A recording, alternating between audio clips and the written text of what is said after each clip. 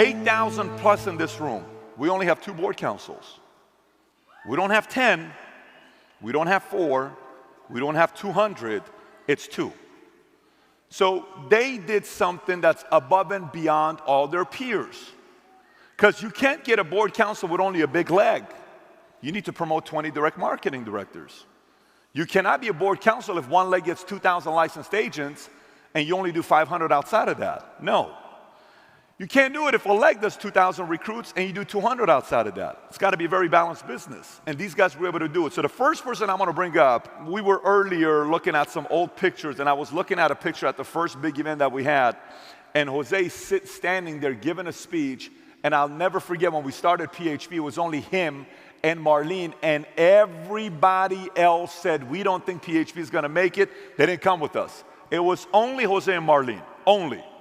And they went from there to nobody thought these guys, every time I would ask a question, tell me the top 5 in PHP, their name wasn't in it.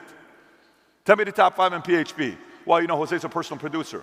Tell me the top 5 in PHP. And then they went from there to last night, possibly the craziest, most competitive team last night in President's Club meeting, which front row was nuts, to now becoming board councils. And I said, rather than them speaking to you, I would much rather ask some questions. Make some noise to one of 2 board councils in the company, the leader of TGA, Jose, and Marlene Gaytan.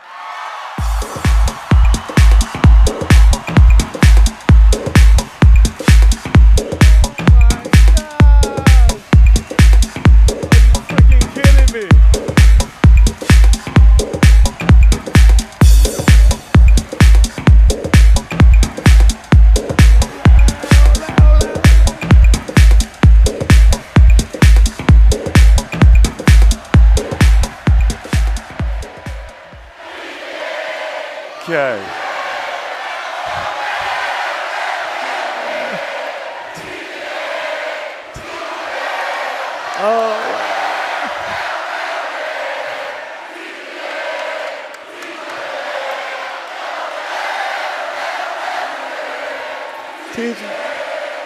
TG.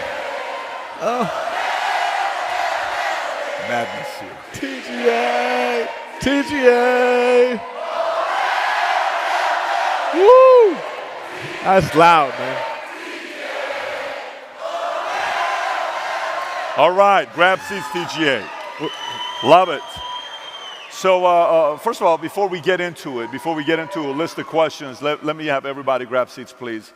Before we get into the questions, for you, what are you thinking about right now? You're in this moment. You're seeing all this stuff take place. You were there when the company got started. You were at the meeting September 23rd, where we have the meeting at Lulu's. You were one of the 7 leaders at Lulu's when we went back to the office and we had the meeting till 3:30 and we started PHP. And it's grown to what it is today. What are you guys thinking in this moment right now? Sorry, my baby. I'm just thinking it feels surreal. It feels like a dream. Somebody asked me, what does it feel like when people stop you and want to take a picture? My first initial reaction is it's uncomfortable.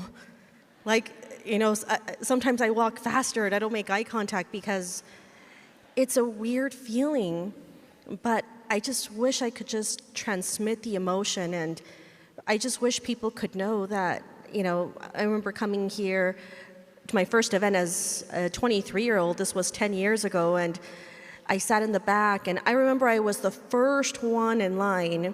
I slept on the floor the entire night. I didn't sleep for 3 days, and I was the one that was cheering and, you know, just excited and just thinking one day, and to just get the chance to have our CEO says, we want to interview you on stage. I mean, this is the host of Valuetainment. I mean, he interviews celebrities and CEOs and multi-billionaires and influencers, and to just have the privilege, it's such an honor. It's a dream come true. Awesome. Gaytan, how about yourself? They said we weren't going to make it, and here we are. It's a dream, man. It just reminds you that the dreams do come true. I'll never forget, we had our Christmas party December 2009, I believe it was. It was 200 of us. 200 of us. And then the announcements you made about the 1-800 number, and here we are starting the company from scratch, and all we did is is follow a vision, a dream, and we worked our butts behind it. And to see this is freaking awesome, and I'm excited. And I just think we're just getting warmed up, and it's just a dream coming true, and it's just the beginning, man. What's so I'm the excited. feeling, though? Is it a peace of mind? Is it a dream? Is it what mixed emotions is there? What are you feeling right now? Well, I'll tell you, the last 24 hours, man, I've cried, I've laughed, I've been pissed off. There was almost a big gang fight last night. A rumble. I mean, a rumble. It's so many different emotions, man. When I saw the opening video that you guys did, oh my God. And I see the images of all of our guys in the beginning coming together in the office when we didn't have gas money, we didn't have, places to do BOM. I got really emotional, man. I was just like, wow, we've been through so much, and it's all been worth it, man. So just a number of emotions go through my mind. I love that. Why don't we go back? Again, the famous question here. If I was in high school with Jose Gaytan, who was Jose Gaytan? Oh, my gosh. Okay. I was in a library every day. Somehow we believe you, obviously, Yeah. of course. Man, what was I? I was the guy who played basketball. I was the guy that was an average student. I was the guy that didn't really hang out with the crowd. I was a guy that was a big dreamer. I was an average student. I was a guy that had your back when we played sports. I was the first guy to go out there and face any kind of competition that we had. I was that guy. That was me, man. How about you, Marlene? It's funny because I ran into a friend that I went to high school with yesterday, and they came here to do the sign-in on Monday, and her husband, we went to high school together, he says, I remember Marlene, she was the only girl in high school walking down the hall in high heels and red lipstick. Like, you were always like the teacher, like the adult in the room, and I think that was probably what I would be remembered for. I was probably the one that was hanging out with the teachers. I was in the school newspaper. I was the one that was, just chasing the dreams and let's make a difference, and that's kind of what moved me. So were you the diva, or were you more like, we're going to go change the world? No, I was more of like the Joan of Arc, let's change the world, but I did like the heels. Yeah. You did like the heels? Oh, yeah. Did people think you were weird, or no? Yes. In what ways? Like, how did they think you were weird? Because I don't think I fit in. I mean, everybody was, talking about high school stuff, and I remember just thinking, I can't wait to get out of here. Like, I want to go do bigger things. I want to go do something else. So in that sense, yes, I did not fit in. When you got into the business, both of you guys, and you kind of started working in the financial industry, first time you guys, Jose, first time you saw Marlene, what happened there? Because I remember we were standing in the back, your arms are crossed, you're trying to ask me about her. What happened the first time you saw Marlene? Why don't you tell us a little bit? Well, that thing we call FaceTime in the office, it kind of works if you're single. So if you keep on showing up. So I remember, seeing her walk in for the first time, and at that moment, you got music, you got a lot of people. At that moment, it's like the scene of a movie, everything just stopped. She floated towards me, I floated towards her, right? She's not lying. Kissed me. In my mind, that all happened, right? I noticed her right away, and she was just stunning. She was beautiful, and it took my breath away, and I said, I got to get to know who she is. And that's it. And then we had the best matchmaker named PBD, and things happened. So, how about yourself? Maybe that happened in his mind because he didn't introduce himself. I didn't know who he was until we were in a class, and Patrick is talking about the exchange principles. And Patrick says, if you want to learn the business, you got to find somebody to teach you, a mentor. I suggest you take somebody out to lunch or coffee, and he wrote on the board, Jose Gaytan. So when the class ended, I walked out of the class and I said, who's this Jose Gaytan? And they said, that guy. So I walked up to him and I said, can I take you to coffee? And he said, so let me check my schedule. yeah. Yeah, I'm open. And that's the first time we talked. But the moment I fell in love with him was, we were just friends. We went to dance salsa. This was just a group of coworkers, and I remember the music playing, and my sister was there. She was a witness to this. And the moment he put his hand around my waist, that was it. I knew I was going to marry this guy. Got it. Put your hands around her waist. Game over. So obviously, you know, most people know your relationship is one of a kind because according to everybody who knows them, you guys have never had arguments before. How did you guys have a relationship where there was no fights and issues at all? Like, what's the secret to your relationship? Yeah, that's not the case, right? No, man, we're just like everything else. I mean, there have been so many moments where those tough times and arguments really made us stronger. So I mean, through our last 12 years we've known each other, 6 years we've been married, we've had a lot of arguments, man, a lot of differences, but we managed to work through them and mature, and with the right environment, right mentors like you and your wife, and being able to just get better and stronger and process things and not jump to conclusions like any other couple. But we've had our battles. I always say, don't worry if you're fighting. Worry when you're no longer fighting, because the making up part is what's fun. So we fight about every day. You guys, Make up to you fight every day. break up to Every make up. day. There you go. And studies have shown that the more you fight, the more babies you make. So right. it seems like fighting equals babies, right? It's like Chris and Mary got a lead on us, huh? They fight the most, They apparently, fight the most, in this Chris room. and Mary. And after Jordan Peterson talking about 10 babies, 10 I have babies. a feeling Alejandro is going to be the first to 10. I got it this, right? What do you say? You get first two. your 10? PC Club. Yeah. So Marlene, let me ask you a different question. When I think about you guys, I think about a few different moments we had together. One with you when the two of you guys broke up and you came to Woodland Hills. Jose's downstairs. He's emotional. You're upstairs in Woodland Hills. You and I have 2.5 hours conversations together. Where were you guys at that stage of your life between the two of you and business when we had that conversation? Wow. We were at the lowest point. I mean, I remember just fighting every day. I mean, we're trying to build a business. There's just no money coming in. And definitely people say, you guys are happier now. Yes, because money makes life a little bit easier. You have more options. And we would fight over the dumbest things. You know, like not having gas money or not, you know, calling the right person to follow up. And I think we just didn't have experience. And we definitely didn't have any communication skills. I certainly didn't have any communication skills. And I remember just the influence. I remember thinking, I'm gonna become a millionaire in 6 months. I would have probably said boards council my first month. And then you realize there's a price to be paid. It's not easy. It's painful. You gotta be broken down. And at the time, my family was extremely negative. And I remember thinking, oh my God, my family, they hate him. I mean, we got married in a drive-thru in Vegas because if there was my family there, there would have been the one protesting saying, I object. And sometimes it does get to you. You know, you do question it. And I remember somebody very close to me, we went to sushi and they said, man, and you know what they say, it starts with flattery. They said, man, you work really hard. I'm like, yeah, I'm a hard worker. And remember the next line was, you're a really good recruiter. I'm like, yeah, I'm pretty good. And the next line was, I bet if you worked like for Disney or something, you'd probably make like $200K in benefits. And that was it. And it was just that one comment.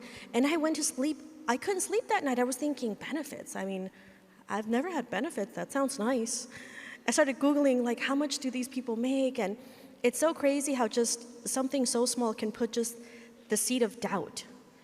And I think that seed just grew. And we were at such a low point. I was done. And I think in my mind, I was mentally like, nope, forget it. I'm going to go back to real estate. I was making more money. I'm done. I'm done with everything. And I was done with Gaytan too. I was like, this is too hard. We're fighting every day. Why are we broke? You know, I'm young. I should be doing other things. And I remember I had a conversation with Patrick. And I told Patrick, Pat, I cannot do this. I'm going to just do my own thing. And Patrick looked at me and he said, Marlene, you're not going to find another guy better than this. And I remember I looked at him and I said, I don't know if I believe in him. I said, do you believe in him? And he says, you have no idea how much I believe in him.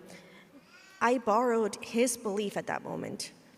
And that's what made me realize, you know what? He's right. He's a good guy. He's a really good guy. And that's why we're still together. You know, you said something, Marlene calls me the other day, they had an issue. Why don't you talk about what happened the other day with the dogs and how that made you look at him as a man? So we got a new member of the family, Coco Chanel, little dog, and the dog is barking, little guy always barking at the neighbor's dog, a big pit bull. Well, we didn't know the pit bull made a hole under the fence. So every morning they go greet each other and do their doggy, greetings. And so the next morning Coco is barking. Well, the pit bull went under the fence and grabbed him by the head, pulled him into the neighbor's yard, and is just ripping him to shreds. And you can hear the dog. And my husband, the week before, he twisted his ankle, almost had a brace, and the doctor said no movement. Okay, this was the week before. Somehow he jumps like Superman 2 fences, and he stops the dog attack. And at that moment, I was so impressed because I cannot see blood. I almost passed out. Like my knees were weak. I was ready to pass out at that moment. But to just see him, it just made me feel so safe. And I messaged Patrick and I said, I have to just tell you how impressed I am with my husband, because when stuff hits the fan, I always know that he's going to keep us all safe.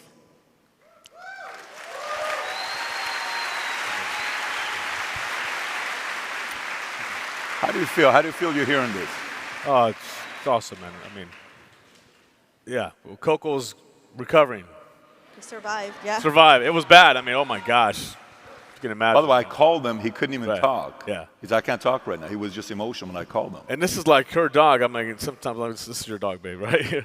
But I got connected with the dog. But no, he's good. But no, I feel amazing to be able to provide support and protect, do whatever I got to do. But you mentioned about what we went through. I think lack of clarity, lack of commitment. When you're going through stuff and you're tested, will keep you very delusional, and when you're not committed, you feel so easy to let go. The moment we decided to get engaged, got engaged without a ring, by the way, got engaged, that moment we just committed to each other. Everything changed in our business. So I think for those people that are going through stuff, lack of clarity, lack of commitment can make things so easy to just let go. So let me ask you a different question here. When you decided to jump on board with PHP and we got started, we had nothing to sell. You and I were in the parking lot one time. You're a guy that can typically hold it together. Yeah. You break down and I'm like, what's on your mind? And you didn't have $20 to pay for gas. And the woman you loved the most at the time was your mother, because your mother was an entrepreneur and you saw how hard she worked with the 4 kids, and you being the youngest one. The house you had gotten her, she lost. Yeah. And everybody there is saying, it's your fault, you should have never done. If you wouldn't have gone with Pat, if you wouldn't have started this company with these guys, Mom would have lost the house. And I remember I looked at you, you just couldn't hold yourself. Gaytan, in that moment, how were you feeling about yourself with all the situations that was going on?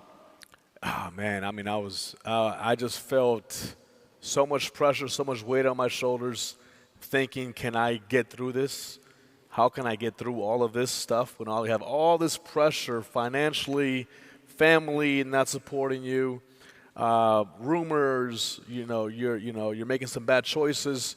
It was a lot of pressure. So when you and I, we've had many moments where I've broken down in front of you. So I just broke down. But again, my wife said that his belief at the time, she got that belief. Your belief in me, the vision of where we're going, about what's doing the impossible and coming through, and knowing this is all just a test, that gave me just peace. It gave me peace, because sometimes as you're building something, it's somebody else's belief in you that matters the most. And you always believed and poured into us, and that gave us so much more strength to keep on going. So I knew things were going to be okay. Plus, we're a little crazy. We're a little bit we're dreamers. We're risk takers. And I just knew that I'm willing to work for it. And today, everything's been, completely the opposite, where my mother-in-law, my father-in-law retired, my mom's retired. They traveled the world with us. So it was all a price worth paying. Let me ask you, one thing I watch from you is I don't think you have a bone of, what's the word I'm looking for? I don't think you have a bone of envy or negative vengeance in you. I think you want to prove a point and you want to compete. But everything that was done, the amount of love you have for Maurice, Erica, Roy, your family, Letty, everybody is such a great example you set for everybody else, because you're so crazy about your family, you will not let anybody say anything about them. Right. Where does that come from? I think we're all have different gifts from God, man, and I think He gave me the gift of composure, poise, of not getting so rattled. So I'm pretty good with that. I think we all have different gifts. Some people have other gifts, and I've been operating like that for a long time. And I don't want to. I think the moment you give that away, you give your power away to envy, to jealousy, to greed. When you give that away, you lose so much strength and power. So I want to keep that. I don't want to lose that. Yeah. If I give that away, there's less of me. So I'm very conscious of that, and that's how I've been operating for a while. Yeah.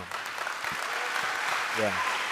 Knowing him and seeing him, what do you think about when you see how he handles those situations?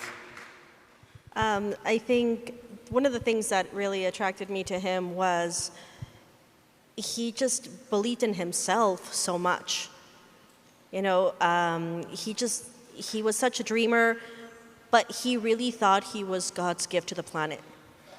Even when we were so broke, even when we had nothing going on, he thought so highly of himself, and I was attracted to that because I knew that he wanted to be somebody.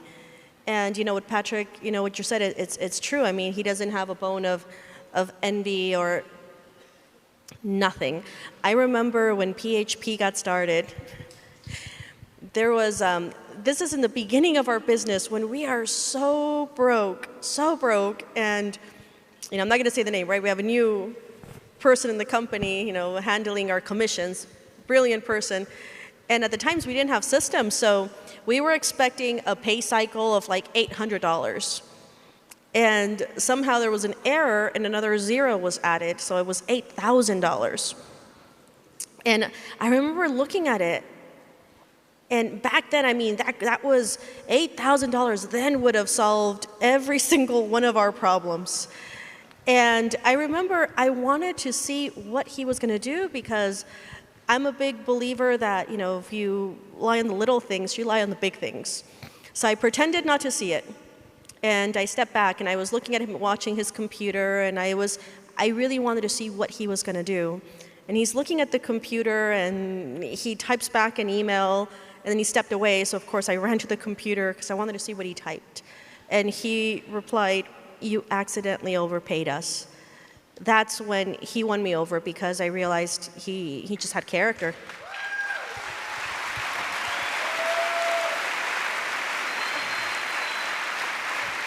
I think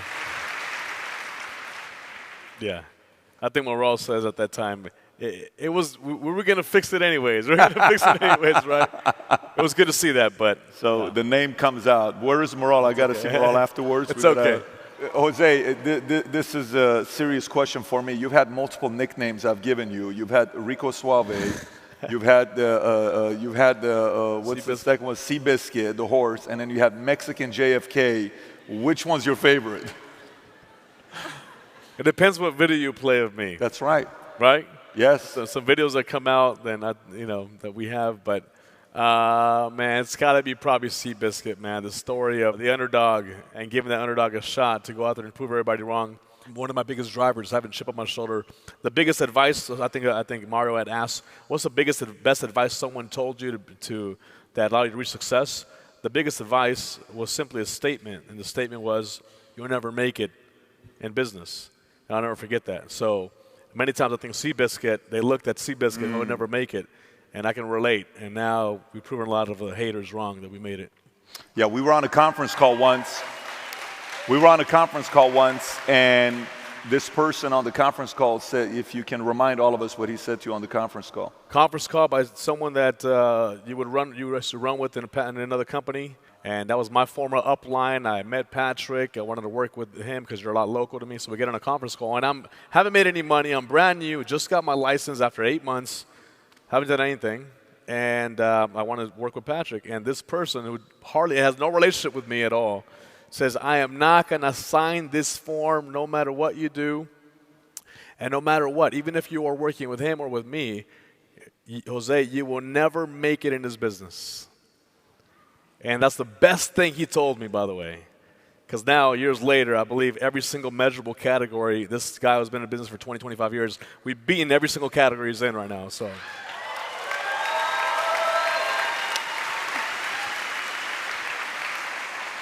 Marlene, with you, when you and I had a conversation last Million Point Bishop, a lot of people look at these guys right now. They hold the record, 324, 325 recruits in a month. I think you guys did that in November of last year.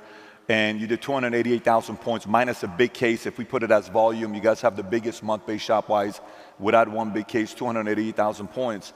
But a year ago, that wasn't the case. Marlene, what did you have to, when we had that conversation at Lake Tahoe in our room with myself, you, and Jennifer, where were you at, and what some of this, I don't want, I'm not saying to go into all the details, but what were some of the things that you had to recreate yourself to be where you guys are at today? I was in a very dark place.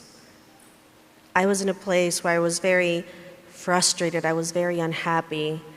I remember thinking, I want to conquer the world, and somewhere along the way, I don't know, I lost my way. And I was stagnant for a while, and I was seeing other people growing, and I remember thinking, what's wrong with me? What's wrong with me? I got to get it together. I got to get it together. And I remember also thinking, one of my affirmations, with the team is, when one wins, we all win. And I say, I cannot stand sorry losers. I cannot stand people that are what we call in Spanish envidiosos. I said, I'm never going to be that person. I just got to work on me. But I was in a very broken place, and I went to the only couple that I could really go to and trust, and that's, Patrick and Jennifer. And I remember just breaking down and just saying, this is where I'm at. And I didn't ask for help sooner because I have a big ego. When you have a big ego, you're not supposed to be vulnerable. You're not supposed to be this person. And I remember breaking down and just saying, I want to change. I want to change. At the time I was going through some postpartum depression, and I don't know if that's very, very common, but for me, it was very tough. And Patrick says, you should go talk to a therapist. And immediately I said, no, what are you talking about? We're Mexican, we don't do that. We don't go tell other people our problems. And Patrick says, I don't know a high performer that doesn't have a group of people that help them get to the next level. And I actually read Ego is the Enemy. And it was the second time reading it, and it was very different for me.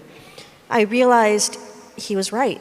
I did need help, and you know what? I only saw the therapist for a few sessions, and the therapist said, "You're stagnant because you can't."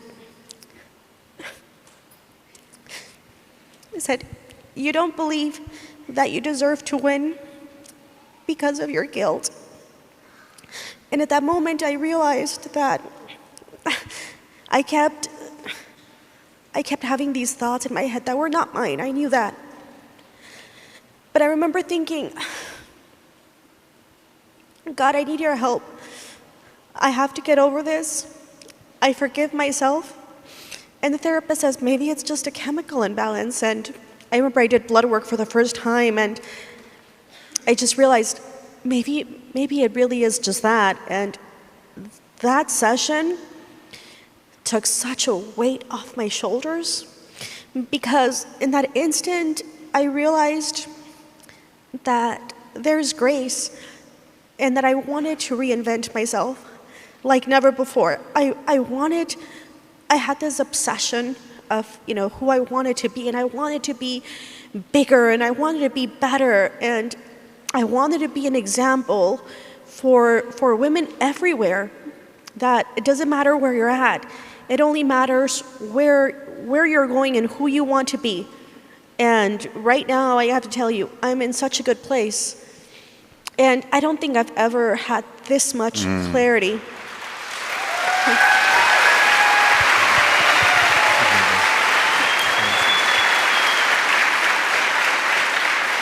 And of course, just the support of my husband, of course, but I don't think we've ever been more excited. And I feel that we deserve to win. And I feel that we have this weight, this responsibility, that we're chosen, we're called upon to lead other people. And I don't take that lightly. To me, it's we have to come through, because when I see the Aguilar family and I see Erica and Ricky making $200,000 in a month, to me, it's such a blessing, but it's also paranoia. He's the calm one. I'm the paranoid one. I'm the one that always has anxiety, thinking, no, I need to do more. I need to pretend I don't have anything. And Lorena, my assistant, she always asks, did you see your cycle? Did you see your cycle? She's like, you made $40,000 this cycle. And truth be told, I never check in. I never check the cycle. He looks at it. The accountant looks at it. I never see it. I want to pretend I have absolutely nothing.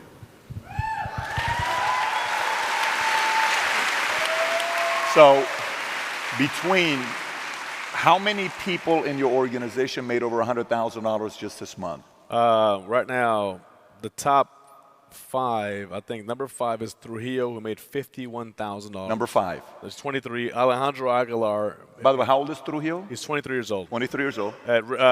22. Keep on aging then. 22. Alejandro Aguilar is at $65,000 for the month. That's number 4. Number 3, Del Toro's, I just updated, $120,000 of income this month. $120,000. Number 2 is us at $149,000. And number 1 is Ricky and Erica, $200,000. $200,000 of income. Right. So, you can tell somebody winning when it's not just you winning. And the great thing about this is, this month, you're not even the number 1 earner. You made $149, somebody else made $200. So it's not like other people don't have the opportunity to make more money than you guys are making. That's the beautiful part about the business.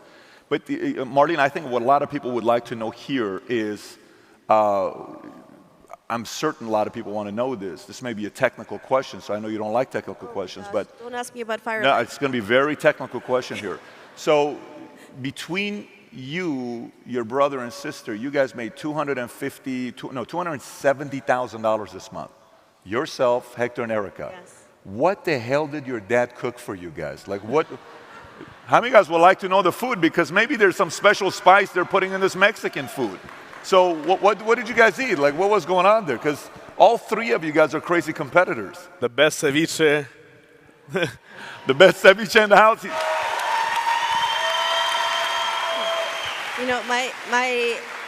My earliest, I don't know if this is live or if I'm supposed to say this, but my earliest childhood memory, being 3 years old, was crossing the border.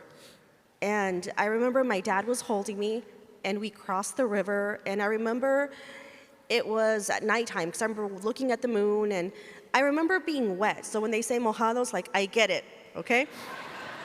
And I remember just crossing the border and, arriving and the next day and thinking, why does everybody speak so funny? And my mother, she was a housekeeper her whole life. My dad always had 2 and 3 jobs, and they worked so hard. And when people say, you guys work nonstop, because that's what we saw.